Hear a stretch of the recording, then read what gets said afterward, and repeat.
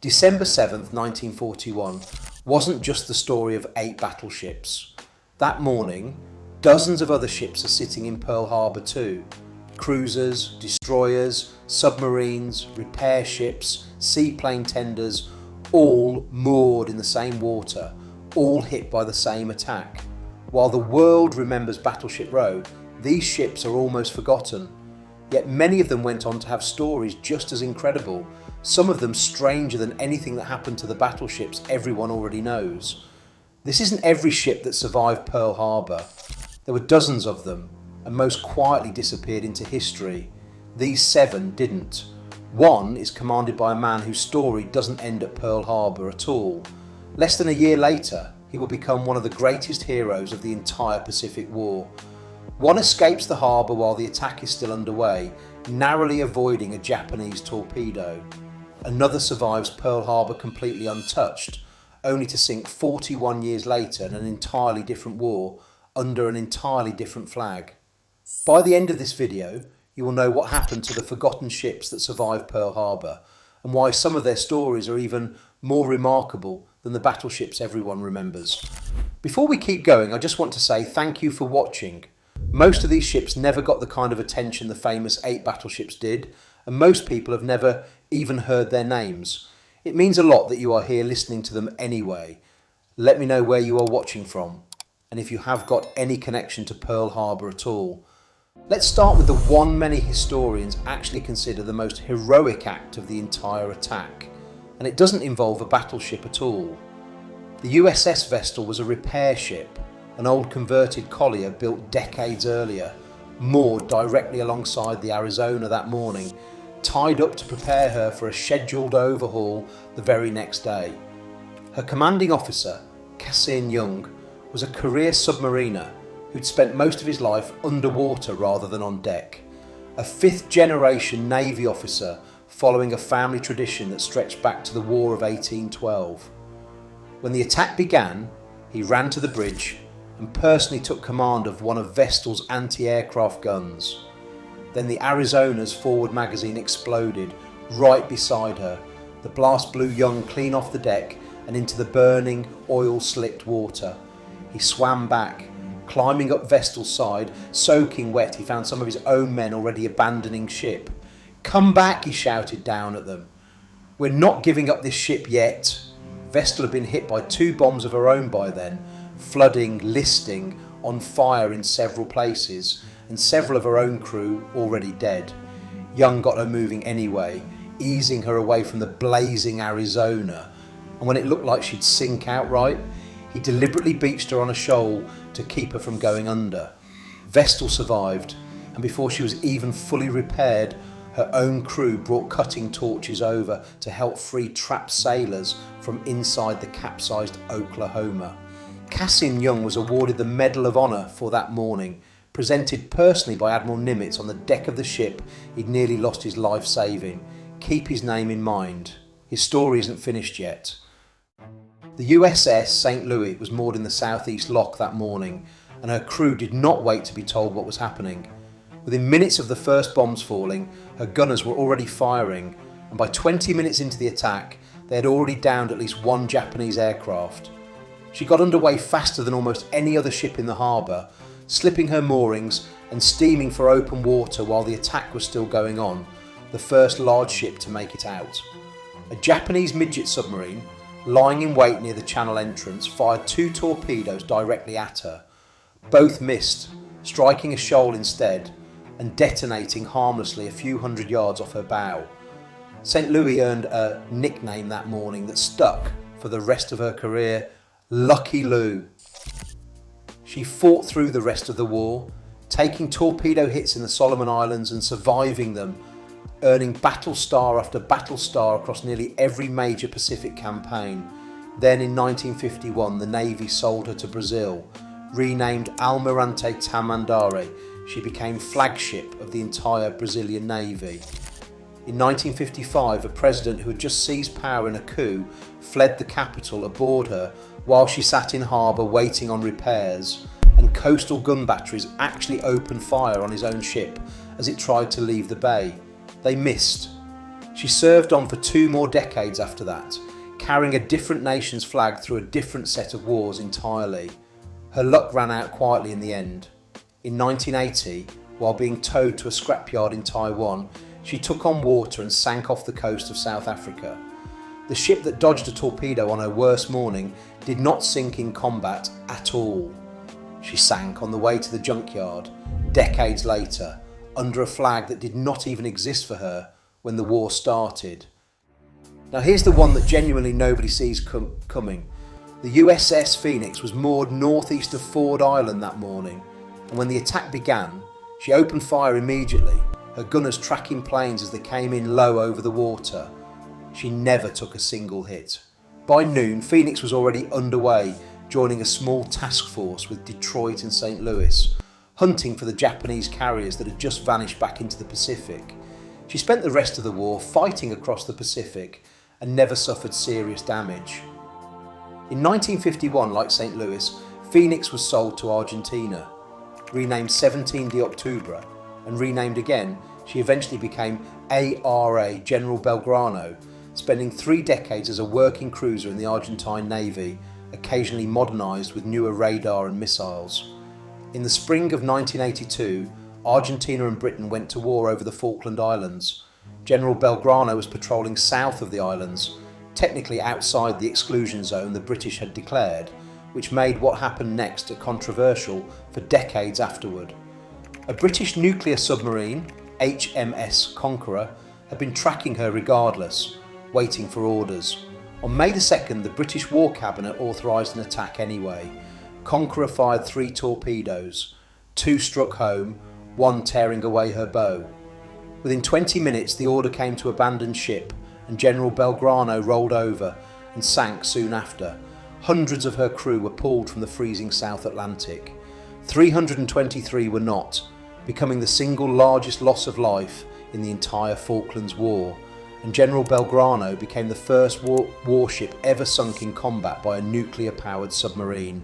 The ship that walked away from Pearl Harbor without a scratch, survived 4 years of war against Japan untouched, was lost 41 years later in a war against Britain, a country the United States had fought alongside twice in the 20th century.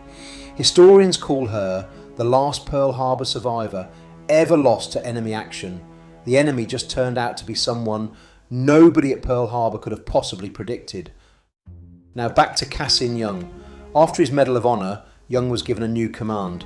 The heavy cruiser USS San Francisco, another ship that had survived Pearl Harbor completely untouched, her ammunition locked away in storage for a scheduled overhaul when the attack hit, leaving her crew to grab rifles and help man the guns of a neighbouring cruiser instead. San Francisco spent the following year supporting carrier strikes and invasion landings, fighting through the Battle of Cape Esperance without a scratch, before Young took command in November 1942, just in time for the fight of her life. Under him, San Francisco fought through the brutal night battles off Guadalcanal, some of the closest range, most chaotic surface fighting of the entire Pacific War, ships firing on each other from mere hundreds of yards apart in total darkness. On the night of November the 13th, 1942, San Francisco found herself trading fire with a Japanese battleship at point-blank range. Japanese shell fire tore through her bridge. Cassin Young, the same man who swam back through burning oil to save Vestal less than a year earlier, was killed instantly, along with the admiral commanding the task force and most of his staff standing right beside him. San Francisco survived the battle anyway, badly damaged but still afloat, riddled with shell holes, and her actions that night helped turn back a Japanese battleship bombardment force before it could reach the Marines fighting ashore on Guadalcanal. She limped home to the United States for repairs, then returned to the Pacific and fought on for the rest of the war, one of the most decorated ships in the entire fleet by the time Japan finally surrendered, earning a Presidential Unit Citation and 4 Medals of Honor among her crew. The man who saved her sister ship at Pearl Harbor never lived to see any of it. A destroyer was later named in his honor, and it still exists today, preserved as a museum ship in Boston Harbor. Only 2 American ships witnessed both the opening and the closing of the Pacific War. One of them is a battleship, raised from the bottom of Pearl Harbor and rebuilt from the keel up. The other never needed rebuilding at all. The USS Detroit barely got touched on December 7th, her gunners downing 2 Japanese planes, while a torpedo passed just 10 yards behind her and buried itself harmlessly in the mud. Only 1 man aboard was even wounded. In the months that followed, she carried 9 tons of gold and 13 tons of silver, evacuated from the besieged garrison at Corregidor safely to the United States Treasury, then spent most of the war patrolling the frozen waters of the Aleutians, bombarding Japanese positions on Attu and Kiska. Once landing troops braced for a fight, only to discover the entire Japanese garrison had already secretly evacuated under cover of fog. Nobody had noticed them leave. Detroit finished the war as a flagship, supporting the fast carrier task forces during the final push toward Japan. Then on September the 1st, 1945, she sailed into Tokyo Bay for the Japanese surrender, the exact conflict's closing moment 4 years later on the same ship that had watched it begin. She was quietly scrapped within a year, and almost nobody remembers she was there for the whole thing, start to finish. Not every Pearl Harbor cruiser had Phoenix's luck. The USS Raleigh, Detroit's own sister ship, was moored just astern of her that same morning, and she was the very first ship torpedoed in the entire attack. The blast tore open her hull below the waterline, flooding 2 fire rooms almost instantly and killing the power throughout the ship. Raleigh began listing hard to port, and within minutes it looked certain she would capsize, the same way the Utah was capsizing just a few hundred yards behind her. Her crew didn't wait for orders. Working entirely by hand, with no electricity left to run the machinery, they tore equipment off the deck and threw it overboard, hoisting her own seaplanes out by muscle alone and taxiing them over to Ford Island so the ship would carry less weight. A bomb hit her minutes later on top of the torpedo damage. She still never went over. Barges and pontoons were lashed to her side as outriggers to hold her upright while the crew fought through the night to keep her afloat, and by morning, against every expectation, they'd done it. A famous wartime photograph shows her battered and listing, held up by a barge, with the capsized Utah visible behind her. Raleigh survived, was repaired within weeks, and served out the rest of the war in the Aleutians alongside Detroit. One sister ship nearly went under and was saved by nothing but her crew's bare hands. The other barely got touched at all. Not far away, the USS Curtiss, a seaplane tender, was fighting 2 different battles at once that same morning. Her gunners spotted the periscope of a Japanese midget submarine slipping toward the harbour entrance and opened fire on it, forcing it to dive until the destroyer Monaghan finished the job with a ram and a spread of depth charges. Minutes later, Curtiss shot down a Japanese plane of her own, only for the burning wreckage to crash directly into one of her own cranes and start a fire. A second plane then dropped a bomb that tore through her hangar deck and exploded below, killing 19 of her crew. She still didn't sink. Repairs were finished within a month, and Curtiss went on to serve across some of the bloodiest fighting of the Pacific, eventually taking a kamikaze hit off Okinawa in 1945 that killed 35 more of her men. That wasn't the end of her story either. After the war, the Navy kept sending Curtiss back to the exact kind of place that had destroyed 2 of Pearl Harbor's own battleships. She served as flagship for 4 separate rounds of American nuclear weapons testing through the 1950s, including the test that detonated the first hydrogen bomb in history. A ship that survived a submarine, a plane crash, a bomb, and a kamikaze spent the back half of her career standing at the edge of the most powerful weapons America ever built, and walked away from every single one of them. And then there's the USS Tautog, a submarine moored quietly at the sub-base that morning, easy to overlook in most retellings because submarines didn't burn or capsize the way the battleships did. Her crew still got in on the fighting, helping down a Japanese plane over the harbour entrance that same day. Weeks later, on a single patrol, she became the first American submarine to sink 2 enemy submarines back to back, torpedoing the Japanese submarines RO-30 and I-28 within a matter of weeks. She went on to sink freighters, tankers, and even a Japanese destroyer across 13 war patrols, becoming one of the deadliest submarines America ever built, credited with sinking more enemy ships than almost any other submarine in the entire war, earning her crew the nickname Terrible T.